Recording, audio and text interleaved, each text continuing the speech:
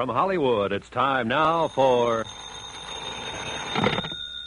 Johnny Dollar. This is Miss Streeter at Dr. Shepard's office. Yes? Dr. Shepard gave me your hotel number. He said you were to come in for a head x-ray. Let me talk to the doctor about that. Well, he's out on house calls right now, Mr. Dollar. He'll be back late this afternoon. He seemed very concerned over He ought to be. A friend of his banged me on the head with a gun this morning. That's why the x-ray. Well, could you possibly come in and have it made? Doctor was most insistent. All right, Miss Streeter, I'll be right over.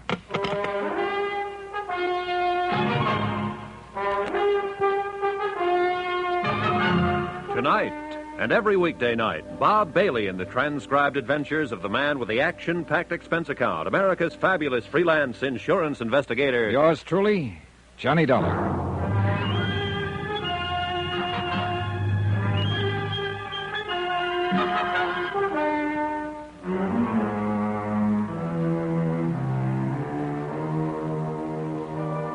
Expense account submitted by Special Investigator Johnny Dollar to Richard Porter, 480 Webster Boulevard, Providence, Rhode Island. The following is an accounting of expenditures during my investigation of the Shepard matter. Expense account item 4, $1 cab fare from my hotel to Richard Porter's office. Porter was sympathetic. You know, I feel very responsible for this, Mr. Dollar. I hired you to look into all Oh, this. it'll go away. I've been hit on the head before. Hey, do you have anything to drink in here? Oh, sure. Yeah, you never can tell when a snake will come up and bite you. Yeah, here you are. Mm-hmm. Thanks. I suppose you came in to give me your expense sheet now that it's all settled. Not exactly, Mr. Porter. It isn't settled for me. Well, certainly you know I'll assume any medical expenses involved here. No, I'm not talking about that, Mr. Porter. Sit down. Now, look, there's something going on here, and we might as well have it out. You hired me to investigate a client who wanted to buy $80,000 worth of straight life insurance, right? Yes? Now, that client explained why he called for that insurance. Not to my satisfaction, but he explained it. He said a man named Paul Forbes had threatened his life. Threatened it because Dr. Shepard had advised Forbes' wife to get a divorce. I know you didn't believe this, but the facts now seem to bear it out. I went over to see Forbes this morning to talk to him about his threats. I managed to get my name out, and Forbes attacked me, so I got this. Then Forbes ran out. Mrs. Forbes and a servant in the house gave me first aid. All the time they were doing it, they were apologizing for Forbes and his violence. Finally, Dr. Shepard came in, called the police, and told them to pick up Forbes. And the police will pick him up if they haven't already, and Dr. Shepard will prefer charges. And that won't be that, Mr. Porter. Not as far as I'm concerned. Dr. Shepard's story is still leaky. I'm sorry, but I think it has more credence than ever in view of what's happened. You told me yourself his wife and the servant admitted Forbes had threatened Dr. Shepard's life. Oh, I believe that part. But Shepard lies so much you can get to believing him. What lies, for heaven's sake? Oh, for one thing, his reason for not calling the police right away. I mean about how delicate Mrs. Forbes' condition was. She looked pretty healthy to me this morning. Another thing, he described Forbes as a man with homicidal tendencies. Now, Dr. Shepard's supposed to be an expert on behavior. And he thought that if I talked to Forbes, I might settle the matter peaceably. But Forbes attacked me as soon as I told him my name. I didn't get a chance to talk. Well, Dr. Shepard has no control He over... felt pretty sure I could talk to Forbes. If you don't like that, let me go on. What reason did Forbes have to hit me? He didn't know me from a load of coal. Somebody put him up to it. Who? Well, who do you think? Shepard, for some reason? You're the only one who knew I was going right over there. But why? I don't know. What would he gain? My business for an x-ray. You're joking now. I suppose I am, but I got a headache. I feel awful. Oh, here. How about Mrs. Forbes? Oh, here. Thanks. Oh, she seemed like a genuine enough person. Not sick the way I expected her to be. Someone slugged her recently. There was a bruise under one eye. Shepard said her husband was an erratic, ruthless, violent man. Well, look, I'm stubborn, Mr. Porter. I still think Shepard's been lying to me. If for no other reason than I think I know the breed. What's all this got to do with the insurance application? Well, that's another thing I don't know.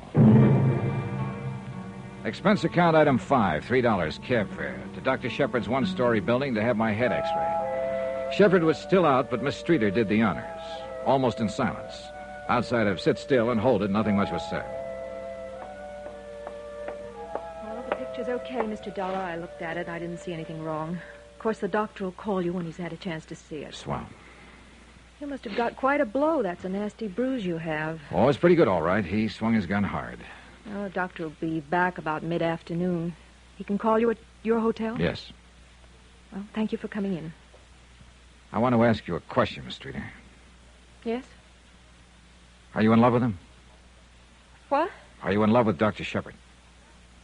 Well, that's rather my own business, isn't it? Unless, of course, in your investigation of whatever you're investigating, for some reason I'm under your scrutiny. Well, I suppose it is, and I suppose I can take that to say yes. I'd become rather angry with you, Mr. Dollar, but frankly, you seem rather ridiculous. I suppose so. He's a liar, isn't he? I mean, Shepard. One more question. I told you on the phone a friend of Dr. Shepard's did this to my head. Now, did you ever ask me who that friend was? Well, I'd think you'd be curious about a thing like that, Miss Streeter. I think I have a great deal of work to do, Mr. Dollar.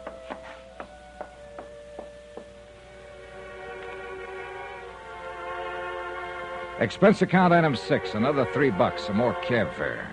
This time back to my hotel where I picked up my rented car, filled it with gasoline, item 7, $5.30, and drove out to Pawtucket.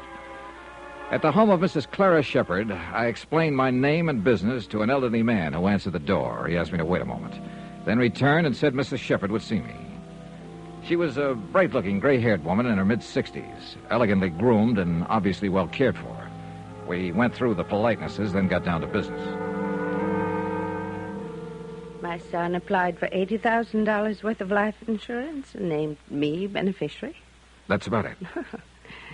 I wonder what he's up to. So do we. You mean so do I. You don't trust anyone, do you, Mr. Dollar? He said his life had been threatened.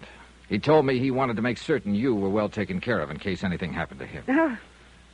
He was lying, wasn't he? I haven't seen him, talked to him, even had a Christmas card from him in 3 years. Maybe he does worry about his poor old mother now and then. I'm flattered. What you're saying about him isn't very flattering. Oh, I don't think Charles ever thought much of me as a mother. Still doesn't, I'm sorry to admit. But then I don't think too much of him as a son. So there we are. Is it too early for a cocktail, Mr. Dollar? How do you explain him already having a $20,000 policy on himself and wanting to kick it up to $100,000? You, the beneficiary. No explanation. That's why I suggested a cocktail. To my friends here, Charles is a successful doctor in Providence who calls me faithfully every day, sends me gifts, and is always assured that I am well and happy and occupied in my old age. I guess I like you, Mr. Dollar, perhaps because, with all your gruffness, you might be nice to your mother. No, Charles and I aren't close. Never have been. I can tell you this. I don't need his closeness, at least not in a financial way. If Charles were to die and I received $100,000, it would mean a rather difficult tax problem. If he were to die, part of me would die too. I'd like you to have just one martini with me. And then you may go, Mr. Dollar. I had the one martini with the tall, stately woman who struggled against tears. It was an old struggle with her, increasingly difficult, I guessed, as the years kept on. We talked no more of her son or the insurance or the threat on his life. I left there about 4 o'clock in the afternoon. I drove back over to Providence and got to Dr. Shepard's office about 5:45. A broad-shouldered man in a tweed suit was in the reception room. He got to his feet when I walked in. Dr. Shepard? No. Don't I know you? Yeah, I was thinking the same. Wait a minute. Yeah, your name is Dollar. You're an insurance investigator. Yeah. You're Phil Crosby, yeah. Providence Police. Well, I met you in New Hartford once. Yeah. Oh, I didn't know you were down here. Hey, you must be the one. This Dr. Shepard called downtown about a threat in his life and said an insurance investigator had been slugged trying to help him out of it. Yeah, that's right. Well, where is he? I don't know. I rang that buzzer. There's no one around at all. What's this all about? Well, a man named Paul Forbes threatened the doctor's life. He slugged me. You got a pickup out on him yet? No, not yet. Trying to pin the doctor down all day long. Been out on house calls, emergencies, everything else. We have to get his signature on a complaint. I thought that was all taken care of by now. Well, hello. Oh, hello. Well, hello, Mr. Dollar. Hello, Miss Streeter. This is Phil Crosby from the police department. Police? I'd like to see Dr. Shepard, miss. Is anything the matter? Just want to see him. Well, goodness, he was here 10 minutes ago. He sent me over to the pharmacy to pick up these things. Oh. What? We had an emergency. 1213 Putnam Street. Got a note from him? Yes. May I see it, please? There's no name on this, Miss Streeter.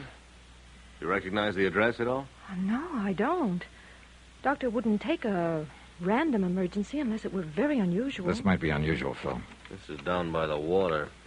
How bad off do you think Forbes is? Mad, had a gun, plenty rough. I rode down in the police car with Phil Crosby. I had a feeling about the acuteness of that emergency. As a matter of fact, I had a feeling about the acuteness of everything that had happened that day, from the time a half-crazed man had slugged me with a gun. The feeling was heavier than ever when we hit the neighborhood.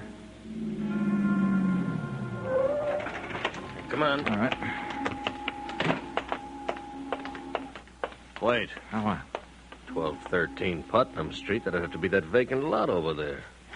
This is 1240 here. The rest belongs to the warehouse. Yeah. Phil. Huh? That car empty and the plates. Yeah. Yeah, that's Dr. Shepard's car. Motor's still warm. Must be around here somewhere looking for the address. That's a dead end there. I better call in for some help. Fog's coming in if he's wandering around here. Yeah. Phil Crosby went off to find a telephone and request help. I stood by Dr. Shepard's car, waiting and listening and smoking. Nothing happened. No one cried out. No guns went off. Then Crosby drove up in the police car. Come on, report's in.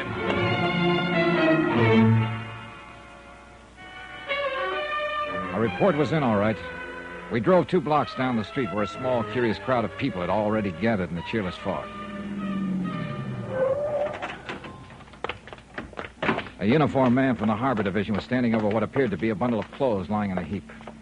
We bent over it, and Phil looked up at me with a question mark. That Shepard, Johnny? Yeah, that's him.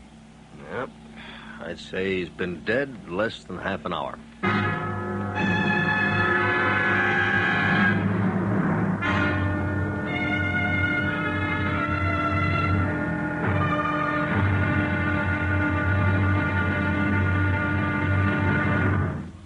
Now, here's our star to tell you about tomorrow's intriguing episode of this week's story. Tomorrow, a liar's still lying, even though he's dead. Join us, won't you, and I'll tell you all about it. Yours truly, Johnny Dollar.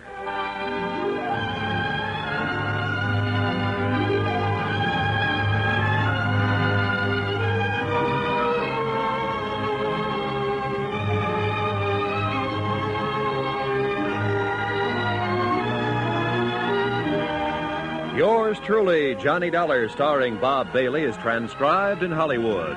Written by John Dawson, it is produced and directed by Jack Johnstone.